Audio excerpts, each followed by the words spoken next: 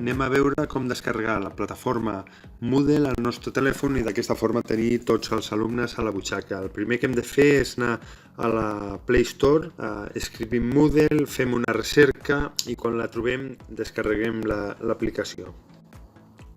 Un cop la tenim descarregada i instal·lada al nostre telèfon, el que fem és clicar sobre la icona i a l'apartat d'adreça del lloc el que fem és enganxar l'adreça de la plataforma Moodle del nostre centre.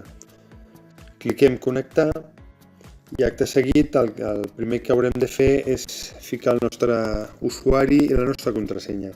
Un cop hem accedit amb el nostre usuari, l'aplicació ja detecta el nostre perfil i la part més interessant és la que fa referència a l'àrea personal, on clicant a sobre d'ella ens apareixen tots els nostres cursos on tenim rol de professor. Cliquem a un d'ells i l'avantatge és que podrem gestionar molt fàcilment la comunicació amb tots els alumnes. Per exemple, en primer lloc, aquí el que veiem és el fòrum, si el tenim configurat al nostre curs.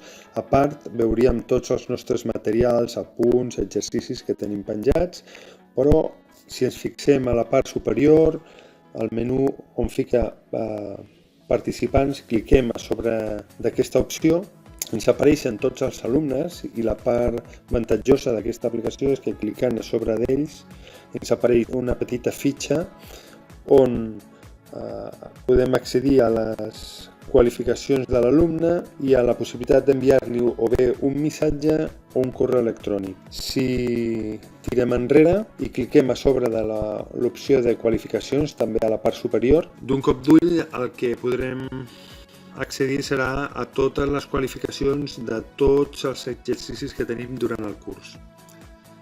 D'acord? Això és tot.